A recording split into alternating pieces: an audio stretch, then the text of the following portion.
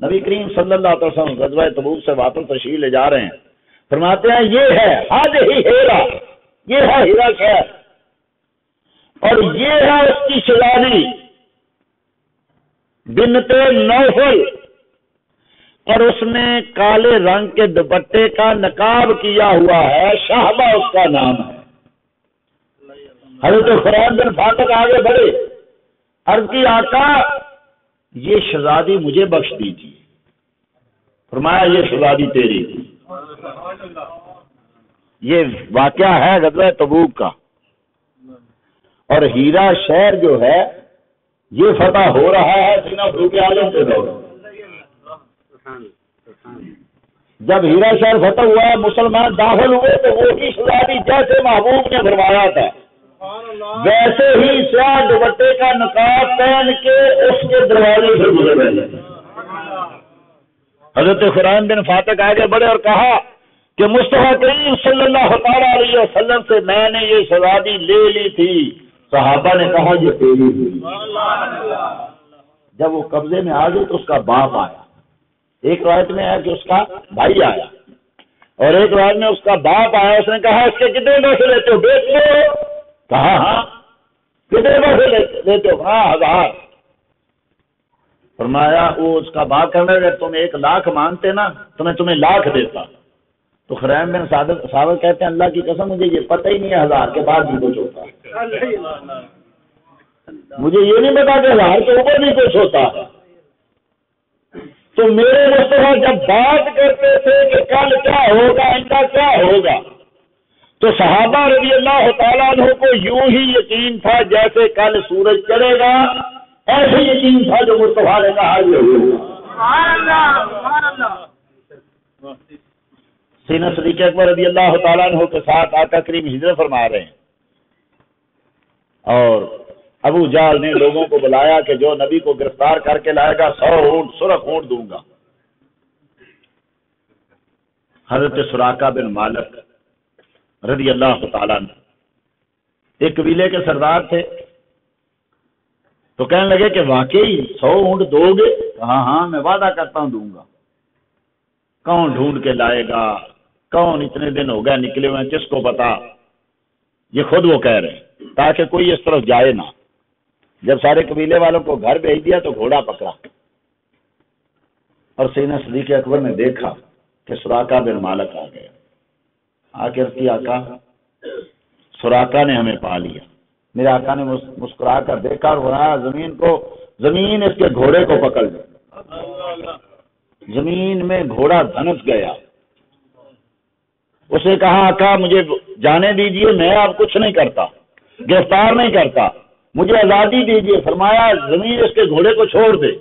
گھوڑا پھر آگے بڑھا، پھر میرے آقا نے رہا زمین اس کے گھوڑے کو پکڑ لے، پھر گھوڑا جو ہے زمین میں دھنس گیا۔ جب پھر اس نے عرض کی زمین کو حکم ہوا چھوڑ دے، عرض کرنے لگا آقا میں واپس جاتا ہوں، جو اس طرف آئے گا میں سب کو واپس لیتا جاؤں گا۔ میرے آقا مسکرائے، فرمایا سراقہ آج گرفتار کرنے آ رہے ہیں، کل کیا ہوگا؟ کئی فائدہ لبست سواری کسرا، تیرے ہاتھ میں جب کسرا کے کنگن ہوں گے تو کیسا لگے گا تجھے؟ ارے کہاں کسرا، کیسا کسرا، کہاں جو اپنے شہر کو چھوڑ کے ہجرت کر کے جا رہا ہے، جس کو آج ابھی آگے کی منزل کا نہیں پتا لوگوں کے مطابق، جس کو یہ نہیں پتا کہ مدینے جا رہا ہوں کوئی مجھے سنبھالنے والا بھی ہوگا کہ نہیں، وہ خبر دے رہا کہ آئے سراقہ کبھی تو آج مجھے گرفتار کرنے آ رہا ہے، تیری کیسی حالت ہوگی جب کسرا کے سونے کے کنگن تیرے ہاتھوں میں پہنائے جائیں گے۔ ہم کی کافر ہے ابھی کلمہ نہیں پڑا۔ کہا کیا واقعی کسرا کے کنگن مجھے پہنائے جائیں گے؟ کسرا تو سپر پاور ہے اس وقت۔ فرمایا ہاں کسرا، اب صدیاں کتنے سال گزر گئے، فاروق اعظم کا دور آیا، کسرا کا محل فتح ہوا، وہاں سے سونے کے کنگن آئے مسجد نبوی شریف میں جہاں پورا مال غنیمت پڑا ہوا تھا۔ فاروق اعظم آگے بڑھے، وہ 2 کنگن اٹھائے، روایت میں نہیں ہے بھی نہیں کہ فاروق اعظم آقا کے ساتھ تھے۔ سننے والے کون ہیں؟ ایک سراقہ ہے، ایک سینہ صدیق اکبر ہے، ایک حضرت سینہ عامر بن فہرہ ہے، اس کا مطلب یہ ہے کہ اس سے پہلے پورے صحابہ نے یہ خبر گردش کر چکی تھی۔ فاروق اعظم نے دونوں کنگے پکڑے اور اٹھائے، آئی نا سراقہ بن مالک، کہاں ہے سراقہ بن مالک؟ سراقہ بن مالک کھڑے ہوئے، تمہارا سراقہ ادھر آ، تیرے ہاتھوں میں سونے کے کنگن کسرا کے پہنا کے لوگوں کو بتا دوں کہ میرے آقا نے جو کئی سال پہلے بتایا تھا بتا دوں۔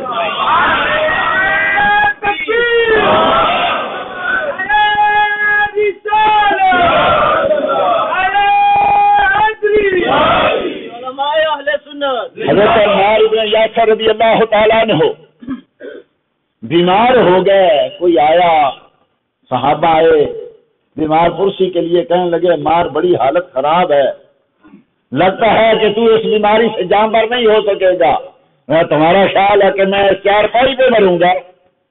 لگتا کیسے تھا؟ کبھی نہیں ہو سکتا، میرے آقا نے مجھے بتا دیا ہے کہ میں کیسے فوت ہوں گا، کہاں شہید ہوں گا، اور میرے آقا نے یہ تک بتایا ہے کہ جب تیری شہادت ہوگی، روح پرواز کرنے لگے گی، آخری چیز تو دودھ پیے گا۔ کہاں جنگ جمل میں گئے اور وہاں شہید ہونے لگے، جب آخری سانس تھی تو کوئی دودھ لے کے آیا تو اللہ ہاتھ میں پکڑا اور کہا میرے آقا آپ نے درد فرمایا۔ میرے آقا نے تو ایک ایک چیز بتا دی، ایک ایک چیز۔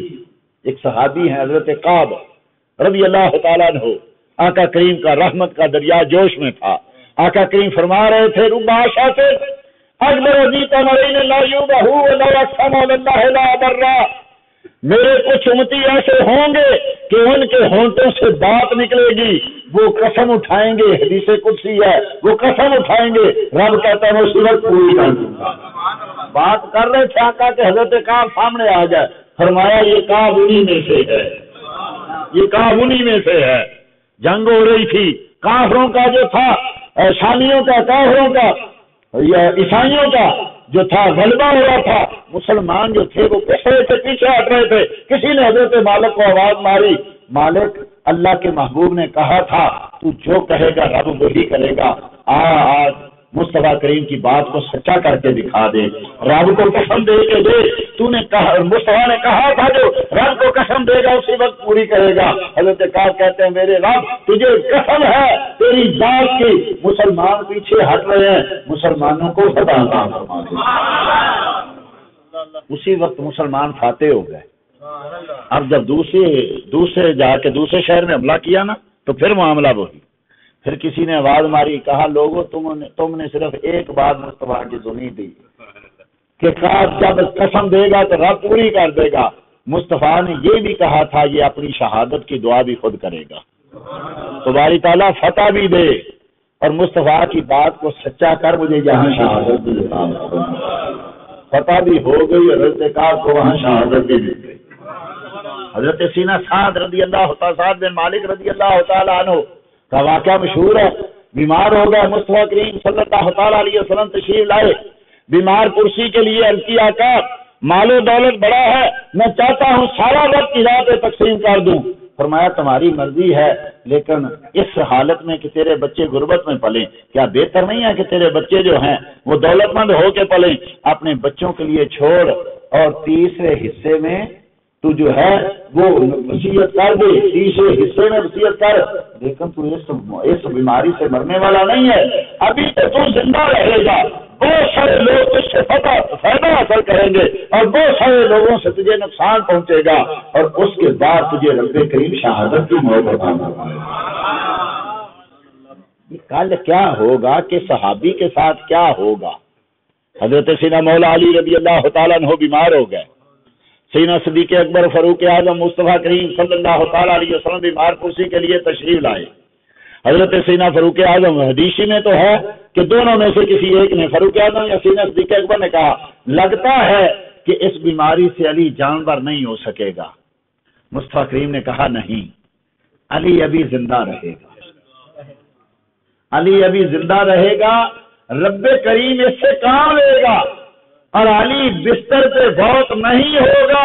میں دیکھ رہا ہوں کہ ایک بدبخت جو ہے وہ علی کی کین پٹی پہ تلوار مارے گا اور علی کی پوری داڑھی جو ہے وہ رنگین ہو جائے گی۔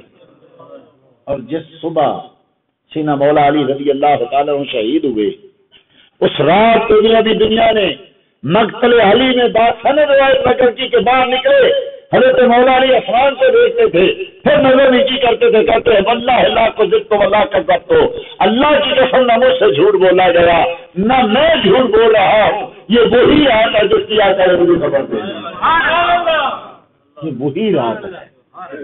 باہر نکلے اور بار بار دیکھ رہے ہیں اور کہہ رہے ہیں اللہ کی قسم وہی رات ہے جس کی خبر آقا کریم صلی اللہ تعالیٰ علیہ وسلم نے مجھے دی تھی۔ اور مصطفیٰ کریم نے فرمایا دنیا میں دو شخص بڑے بدبخت ترین ہیں، ایک وہ شخص کہ جس نے صالح سال کی اونٹنی کی کونچے کاٹی تھی، اور ایک وہ شخص جو حضرت مولا علی کی کن پٹی پہ تلوار مارے گا اور ان کی داڑھی رنگین ہو جائے گی۔ یہ بڑے بدبخت ترین دو شخص۔ ایسا ہی ہوا، اس ظالم نے تلوار ماری، آپ کی داڑھی رنگین ہو گئی، فرمایا میرے آقا آپ نے سچ فرمایا۔